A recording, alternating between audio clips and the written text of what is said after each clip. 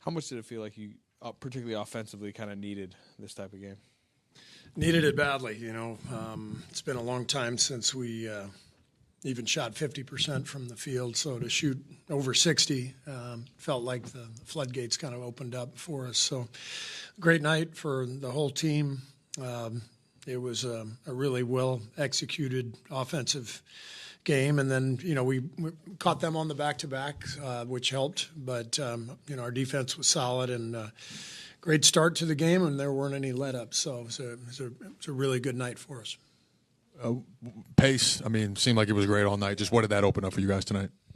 Well, it sets up everything. When we push the ball, made or missed, we just have more time with the shot clock. You put a lot of pressure on the defense, and you get into the offense faster. You just race the ball up the floor. Good things happen in general. So I thought that was a big key tonight. Steve, I think at one point you had like 31 makes and 25 assists on those makes, and like you had 42 assists and 53 baskets. When's the last time you felt you saw the ball move like it did tonight? Yeah, it's been a while, but I think it's all connected. The game is always connected, and when we defend and we get stops, it's easier to run, when we push the pace after makes, that makes a big difference. I thought Draymond really did a great job of that, just maintaining the pace throughout and urging our guys to run the wings and get down the floor. If there's one thing you want to tell your team from tonight that could unlock your offense again, would you say you think it's the defense?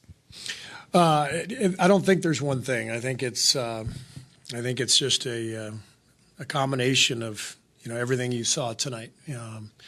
Aggressive defense and running the floor, pushing the ball, made or missed, and sharing the ball. So that's the formula.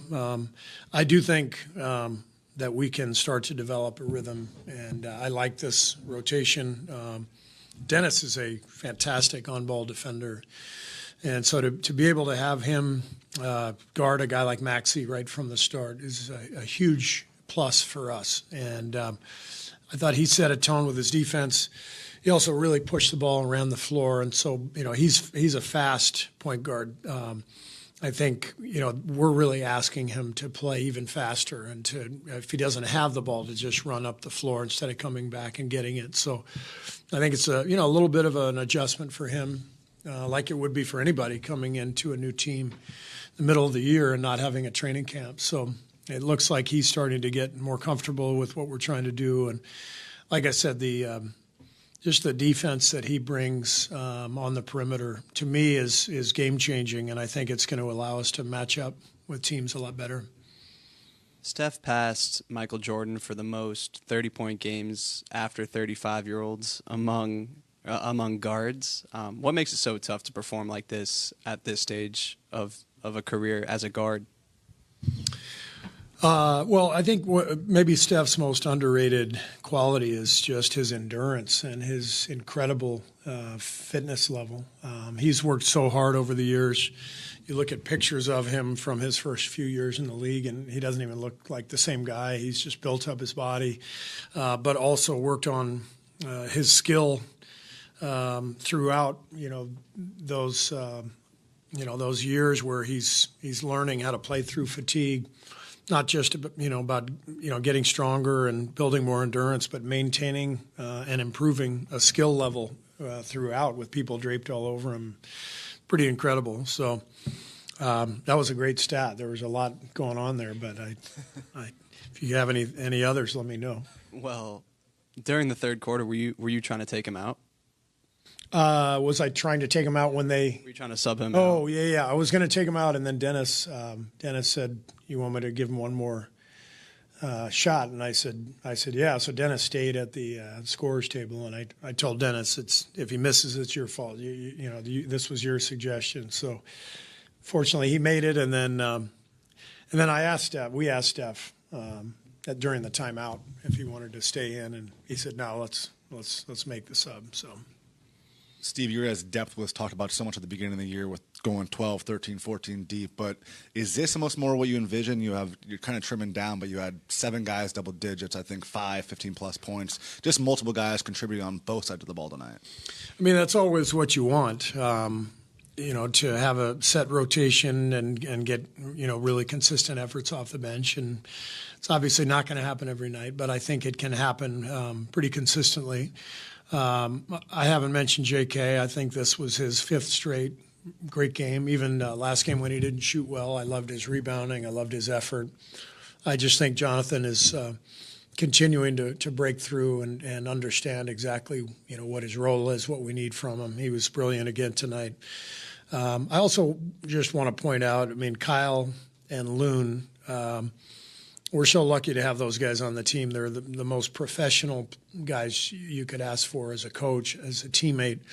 And, they're the odd men out right now. And the only way it works in the NBA is if the guys who are not playing are supportive of the other guys and aware of what's happening and accepting of it without being happy about it, but being great teammates. And those guys are amazing. We're lucky to have them, and they're helping everybody else right now and staying ready for when their time comes, which it's going to happen. They get in for the last 7 minutes. They're clearly the 2 best players on the floor. No pouting. They just go out there and compete. That means a lot to a team, and so we're lucky to have those guys.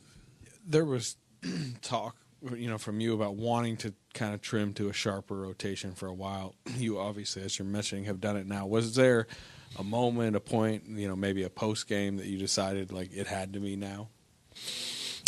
We were trying to get to it, but we had a lot of absences, injuries, illness, whatever, and then there were a lot of game situations that didn't allow for it for whatever reason. So.